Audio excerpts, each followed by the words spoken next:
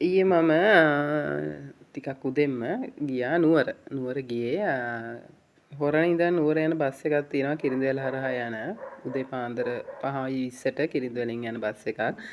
ඔන්න නුවර යන අයට බස් එකක් තියෙනවා බලා ගන්න. ඉතින් ඒ බස් එකේ ගියේ මේක යනකොට ඉතින් ගොඩක් දුර යනකම් මම හිටගෙන ගියා. මොකද බස් එකේ ඇත්තටම සෙනග ඉරිදා දවස් කියලා නෑ සෙනග හිටියා. මේ බස් එකේදී මට සීට් එකක් හම්බුණා. ඊට පස්සේ මට චුට්ටක් නිින්ද ගියා. නිින්ද ගිය අතරේ බස් එක නතර කරා එක තැනකදී. නතර කරන්න කිට්ටු කරලා කල්සුකුසුව ඇහෙනකොට මට පොඩ්ඩක් ඇහැරුණා.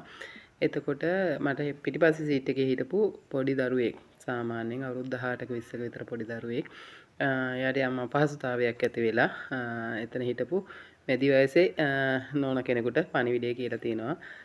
පුළුවන් නම් බස් එක නවත්තන්න මම බැහැලා ඊළඟ බස් එකේ එන්නම් මගේ වැඩේ කරගෙන කියලා. ඉතින් එතන තව ඒ දරුවගේ තාත්තා කියන්න පුළුවන් වයසේ මහත්තයෙකුත් ඉඳලා තිනවා. මේ දෙන්නම අවස්ථානුකූලව දරුවට අම්මා තාත්තා වුණා. ඉතින් කොන්දොස්තර මහත්තයා දැනුවත් කරලා බස් එක නැවැත්තුවා. අන්න එතකොට තමයි මම ඇහැරුණේ.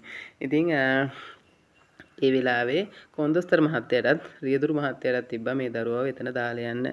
අම්මා තාත්තා කවුරුත් බාරකාරයෙක් නැතුව බස් එකේ තනියෙන් හිටපු දරුවෙක්. මමත් බස් එකේ ගියේ තනියෙන්. ඉතින් එහෙම වුණාම නොදන්න පළාතක ඒ දරුවව දාලා යන්න පුළුවන් වුණා. එයාලගේ ගමන් වාරයට පරක් වෙනවා කියලා. ඒ කියන්නේ එයාලට තියෙනවානේ වෙලාවක් මේ වෙලාවට ගමන යන්න ඕනේ කියලා. අනිත් මිනිසුන්ටත් කියන්න තිබ්බා අපිට පරක් වෙනවා එක්කෙනෙක් වෙනුවෙන් ඉන්න එපා යන් කියලා.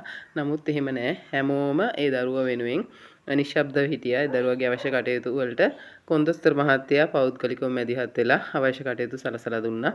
මොකද්ද කාරණාව කියන්නේ මම දන්නේ නැහැ. මොකද මම හිටියේ ඒකට නිින්දේ. නිින්දෙන් ඇහැරලා තමයි විස්තරය දැනගත්තේ. ඉතින් විශේෂ ස්තුතියක් කරන්න ඕනේ මේ වගේ රේදුරු මහතුරු වගේම කොන්දොස්තර මහතුරුත් ඉන්නවා. සමහරු ඇත්තටම හරි අප්‍රසන්නයි විට කාලා එක එක මත්ද්‍රව්‍ය පාවිච්චි කරලා බස්වල එළවන්නේ. නමුත් මේ දෙන්න ගැන ගෞරවයෙන් කතා කරන්න ඕනේ. අන්න ඒක නිසායි මම මේ කියන්නේ බස් එකේ අංකේ මං ගාව නැහැ. එයාලගේ දුරකථන අංකවත් නැහැ. කතා කරලා ස්තුති කරන්න තරම් හරි වටිනවා. මල්ලිලා දෙන්නෙක් කියමුකෝ. ඉතින් මේ මල්ලිලා දෙන්නට ගොඩක් ස්තුති කරන්න ඕනේ. අසරණ දරුවෙක් අපිට වුණත් ඕක වෙන්න පුළුවන්. අපේ දරුවෙකුට වුණත් ඕක වෙන්න පුළුවන්. ඒ වගේ නොදන්න පළාතක මොකක් හරි අසනීපයක් වුණොත් අපහසුතාවයක් ඇති වුණොත් තමන්ගේ කෙනෙක් වගේ ඒ අවශ්‍ය කටයුතු සලසලා දෙන්න හැමෝටම බෑ. එහෙම උණු වෙන්නේ නැහැ හැමෝටම.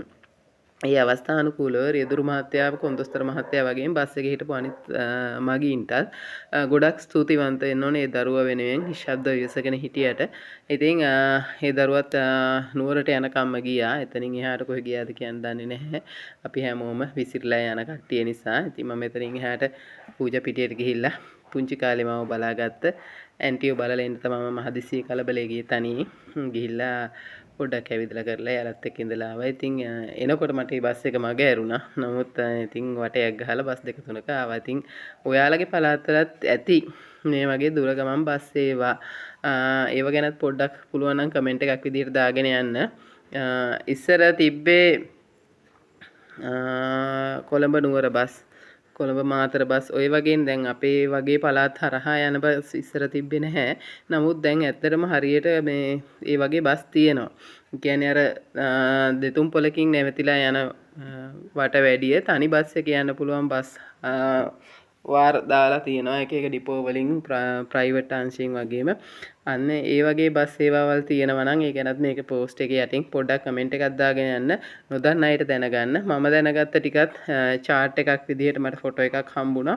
මම ඒකත් මේකේ කමෙන්ට් එකක් විදිහට දාන්නම්. එතකොට කිරිඳිවැල හරහා යන දුර බස් ගමන් සේවාව ගැන ඒකේ තියෙනවා. කිරිඳිවැලෙන් එහාට යන්නේ කීයටද මෙහාට යන්නේ කීයටද කියන එක.